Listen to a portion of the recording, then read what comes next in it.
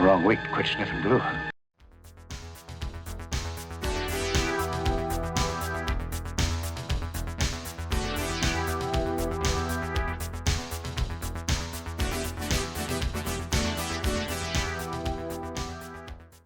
Well, welcome back. It is it's first full week in February, I believe.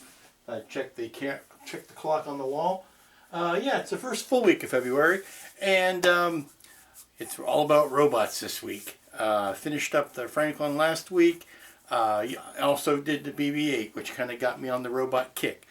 I've had this poor gal laying around most of last fall and into last winter and into the spring.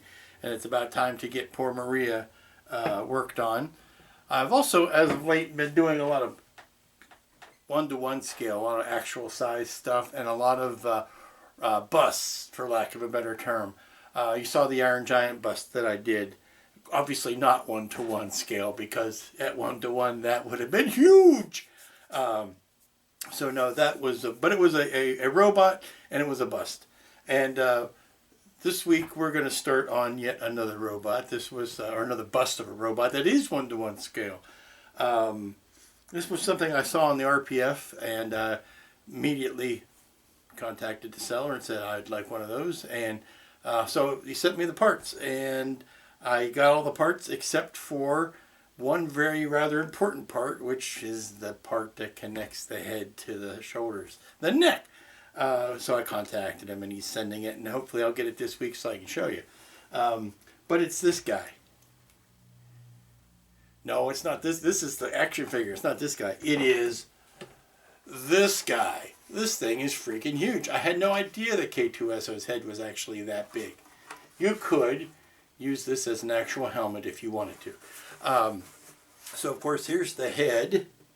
And like the Iron Giant, here is a base plate or a shoulder plate for a neck plate for it to go into with no neck in between. So I have been taking the opportunity to ponder how I'm going to do the ball joint at the top so that I can make K2SO make all these quizzical looks. And so, and of course I'm going to light the eyes up, and going to try to put some audio clips in it, because 98% of K2SO's charms were the acerbic remarks by the incomparable Alan Tudyk. Alan Tudyk, who's never been in a bad movie. Unlike some actors that are, every time you see them, they're like the worst part of a good movie. Alan Tudyk makes even bad movies good. Just a little sprinkle of Tudyk is all you need. But yeah, this is a garage kit. It needs a lot of cleanup. The detail is kind of soft in places. So we might be doing a little bit of, pointing up and sanding and all that kind of stuff. It's a little wobbly. It's not exactly symmetrical. Again, because it was sculpted by hand and not, cranked out of a factory. And the base is meant to sit like this. I think I'm going to do like I did with the Iron Giant and kind of kick it up at an angle. So that means I'm going to have to build out, either sand off some of the front or build out the back, or a little bit of both, so that the neck is more in line with the pose on the actual figure, and not sitting like this. It needs to sit more at an angle like that. So there'll be a lot of cleanup work on that to get that happy and good. So old school, not a lot of parts to it. There'll be a lot of cleanup, but not certainly nowhere near the part numbers or the construction headaches of a Bandai ship, for lack of a better term. But that's what's on the menu this week, and as the weather gets warmer, I am more able to go outside and do this kind of sanding and cleanup work and priming. So let's get on with it. Got both of these to get to. Welcome back. It is Wednesday. It is day 2, actually really day 2 of the work on K2SO here, because I didn't do anything on Monday other than get the parts and kind of go over them. Here's the thing. This kit is a good try. It is a good stab. It's a damn sight better than I could do. It is the best kit available. only because there is nothing else, but there are some wild inaccuracies. Now, I could go on and listing the wild inaccuracies, but I'm not going to, because like I said, I don't like to rain on another gentleman's fine efforts, especially since they are better than anything I could have come up with at the same time. But that being said, I'm in the quandary here, because you can either build it as it is, accept it for what it is, warts and all, because that's what you signed up for, or you can try to fix it, make it as accurate as possible, which frankly on this kit I could start with a block of wood and whittle something that is a little bit more accurate than this, and I'm not going to do that. Like I say, there are a lot of things to be addressed, mostly having to do with the profile. This should be coming down like that. This angle here is wrong. That is way off. It should be more of a sculpted, like a skull shape. It shouldn't be squared off and stepped like that. And yes, I know it's not necessarily a fair idea to bring up the toy as a comparison, but based on the references that I've seen, this toy is a lot more accurate than that head. Just basically in every respect. So what I'm going to do is I'm going to get out the riding belt sander, and I'm going to sand as much of this as I can to try to get the contours a little bit more accurate. You can see how squared off that face is. Particularly, it looks like he had run into a brick wall and just flattened out that face. There's only so much of this I'm going to be able to fix. This whole deal here is too far forward. It should be further back, but you can't fix but so much of that. So again, using this as your reference, there's a whole lot more jaw that should be there than is in the kit. I'm going to fix what I can, but I am not going to try to make this the be-all and end-all of accurate K2SO heads, because like I said, there's just not enough there to start with. I'm afraid that once I start sanding, depending on how thick this is, I may end up compromising the structure of it if I get too heavy-handed with the sanding. But since it's a nice day outside, I can take this out and, you know, suit up, put the respirator on, put the gloves on, and like I said, get the riding belt sander out and just see what I can do as far as bringing some of these contours into more of an alignment with how they should look. I find that answer vague and unconvincing. Okay, well, I guess it looks like the rest of the day's work has been called due to a count of rain, but I did want to show you what I was able to get done this morning before the rains came. Did get the eyes cut open. Importantly, I got the bottom access panel taken out, and I started reshaping. It's going to be tough to hold on to.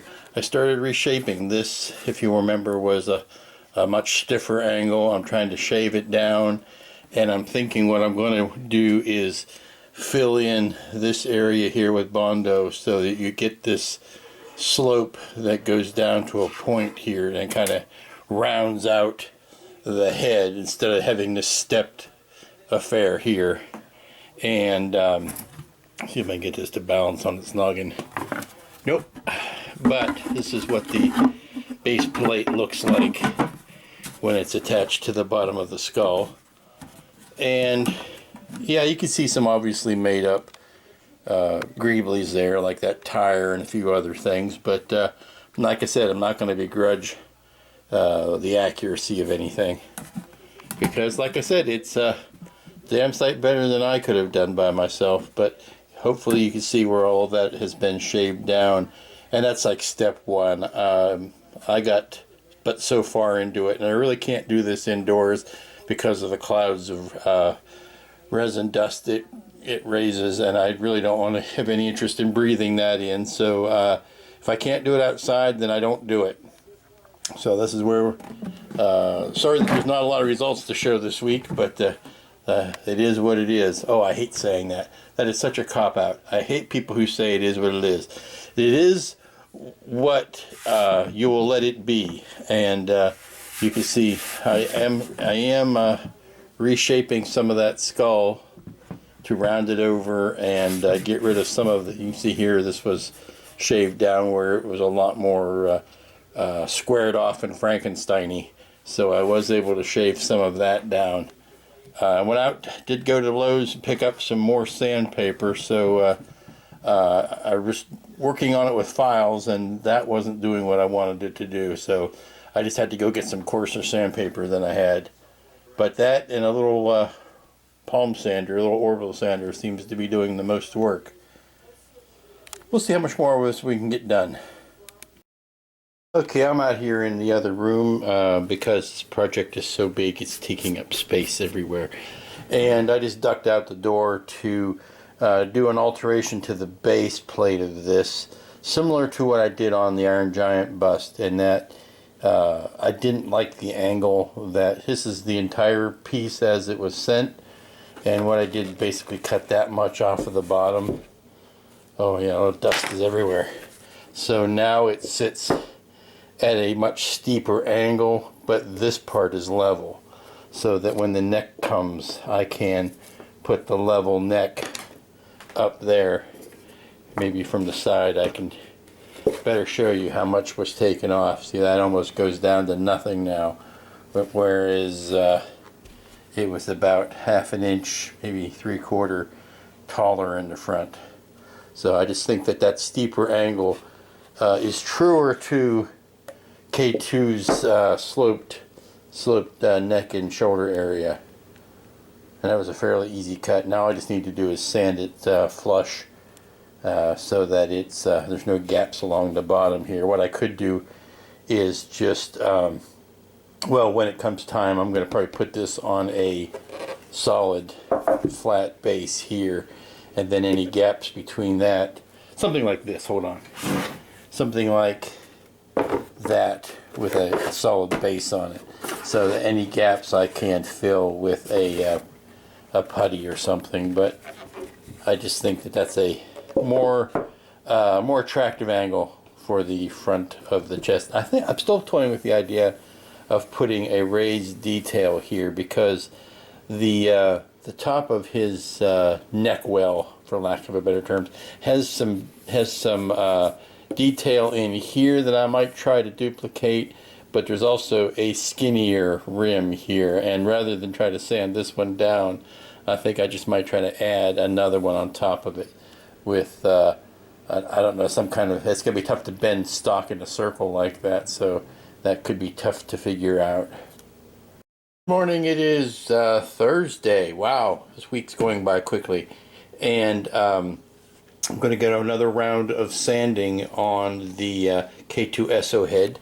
And I went out yesterday and got some rougher sandpaper, and let me tell you, when the sandpaper is so obvious that you can count the sands on it, you know it's going to, this is a 40 grit, you know it's going to throw up some serious dust. So got the gloves on, going to get the mask on, and then go outside and do some sanding. Okay, I am back from the sanding, and I reached that sweet spot where I did get a lot of that rounded, but I was starting to impinge on the inside casting here, so I'd actually need to throw some Bondo on the inside to strengthen that joint.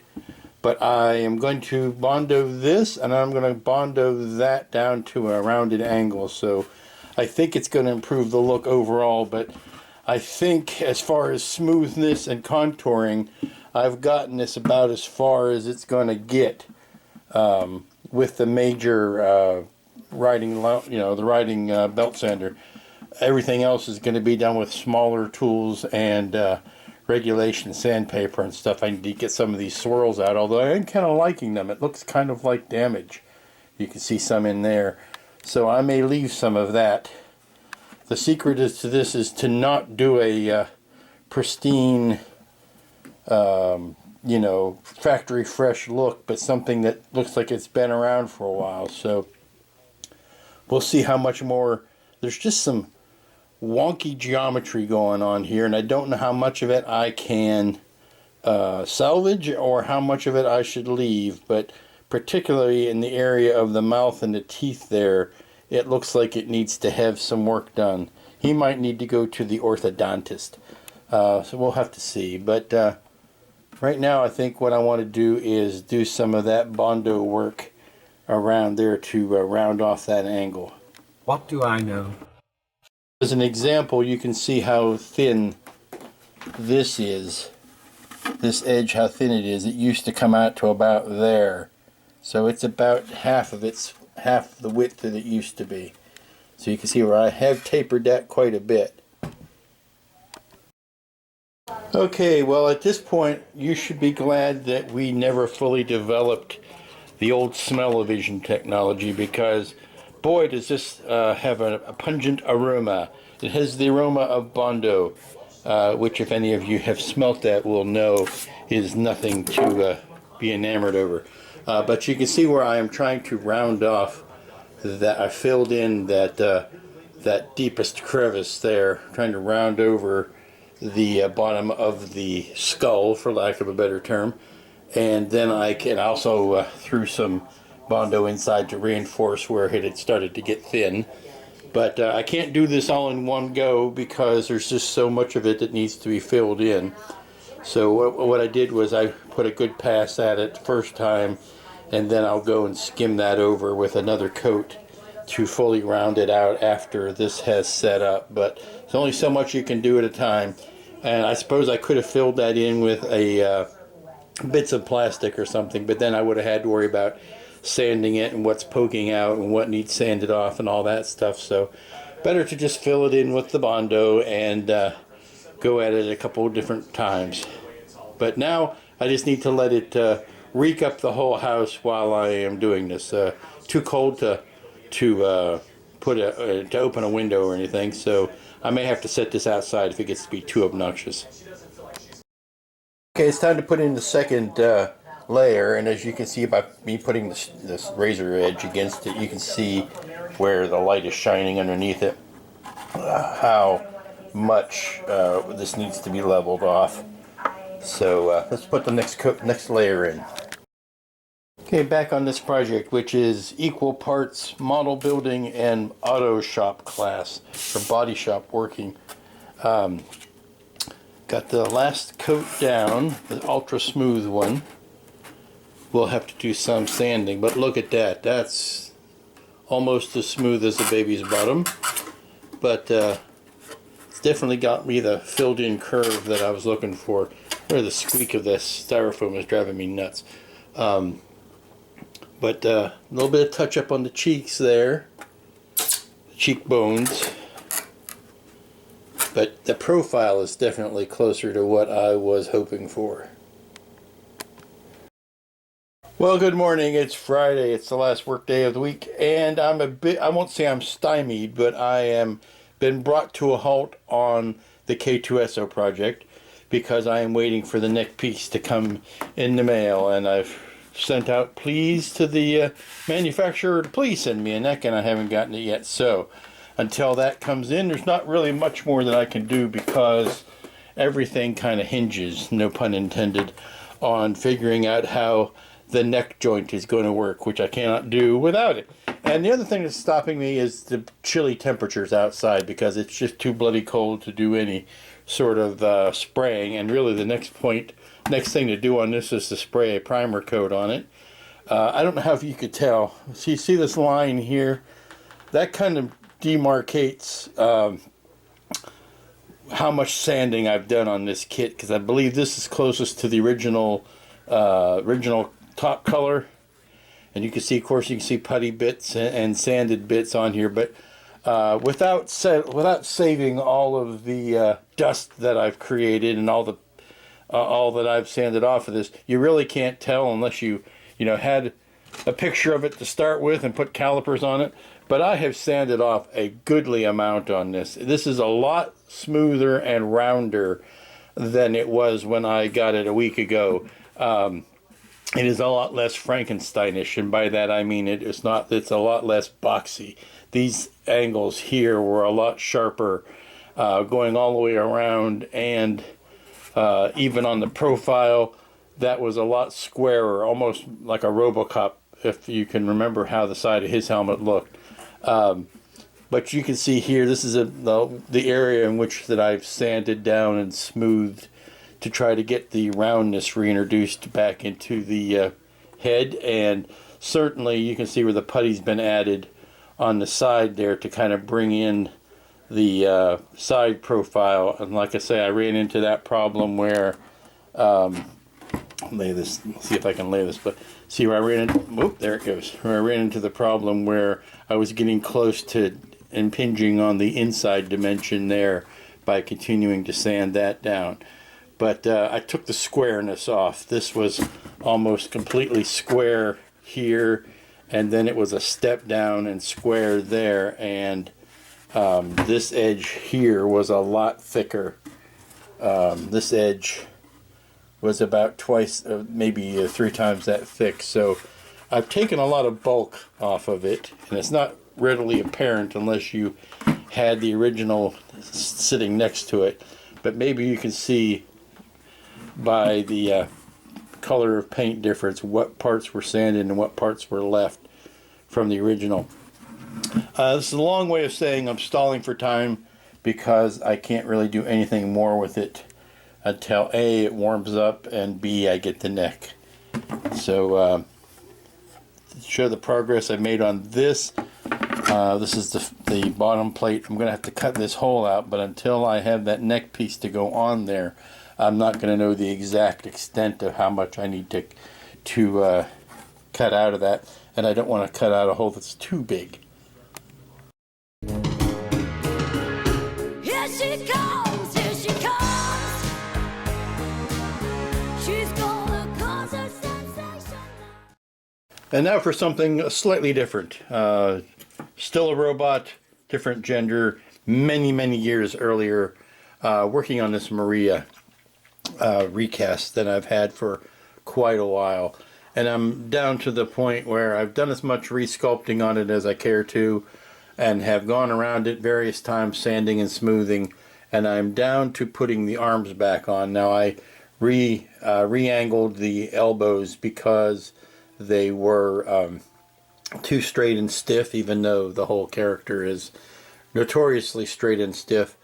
I just wanted to do something a little bit different. Plus I had to resculpt a lot of this hand with epoxy sculpt, and just generally make the best out of what I said was basically a recasted character. So right now I'm just trying to figure out the pose, whether I want to go, you know, full Madonna and have it, you know, both arms out. I can't do anything about the head because that's the way it was cast in. So it's down to what pose do I want to have the arms in, and I'm playing with some different alternatives, and then I'll have to use some epoxy sculpt around the top to mold that seam in, whatever I decide. So cross your fingers and we'll see how well this works. Okay, here's the pose I settled on. Looks a little bit 3PO-ish, which is only fair since 3PO got all of his inspiration from this, or Ralph McQuarrie got all of his inspiration for 3PO from Maria. Certainly a good portion of it. So now that those have been super glued, I'm just going to mix up some epoxy sculpting, cram it in there. Well, here she is from the tip of her toes to the top of her head. This may not represent a big deal to you, but this has literally been months in the making for me as far as finally getting these arms put in place. Only because, and I hate to say this, but more interesting things have cropped up in its place, and I have a short attention span, and I tend to flit from project to project. But now I'm back on getting Maria shipshape. I've got the epoxy sculpt in her joints, and I'm going to let those set up probably most of the weekend. Well, huzzahs and handsprings. It did warm up enough to get a primer coat on this, and now I can see the work that I've got cut out ahead of me that I've got cut out for me. I can really see where some of the dents and some of the unevenness still exists that I'm going to have to use more Bondo to patch. I knew I was making some gouges. I have to decide which of these gouges are going to be cosmetic, which ones I'm going to leave, which ones I'm going to eradicate. But having seen all this, it was one color now, it really does help tie everything together. But I can see where, like I said, where the streaks are, and where some sanding needs to occur, and where some more puttying and patching needs to happen. But looks like that's as much as we're going to get out of it this week. No neck in the mail today, so I guess I got to harass the gentleman online again. I hate doing that, but by God, when you say you're going to sell something, have it available. And when you package something, and you make the mistake and don't include all of the pieces in the package, then rush the piece out. I mean, come on, it's just good business. But this is where we are for this week. Now, one bit I may not have expressed to you, you saw me cut that down. I've cleaned that up a bit so that this sits at a level angle now. So the neck, whenever it shows up, can be put in there. Yes, he's got balls. Keep your remarks to yourselves. This is for the neck joint. I want it to sit at something like that so that I can do the movable joint here for his neck. It involves cutting that hole out and placing that in there in its place. But until, like I said, until I get that neck piece, I can't do anything more. But that's K2SO for the week. And that's the week that was. Short but sweet. Sorry about that. But that's how it goes sometimes, especially after spending 6 weeks or so on a fairly elaborate project like the BB-8 and the Franklin, where everything was, painting and lighting and doing all the things. You want to mix it up a little bit and do this other project, which will also have lights in it eventually. I'm going to light his little eyeballs up. But it's more of a sanding and bondoing and big and no construction as so to speak of, but a lot of sculpture. So also finally getting this sweet lady some lovin'. Boy, that sounded dirty. I didn't mean it to. Since she is, the first in the history of evil robots. She wasn't evil. She was just misprogrammed. But that's where we're going to close it up for this week. So, until next time, when we will be back at it, be good to each other, and we'll see you here next time.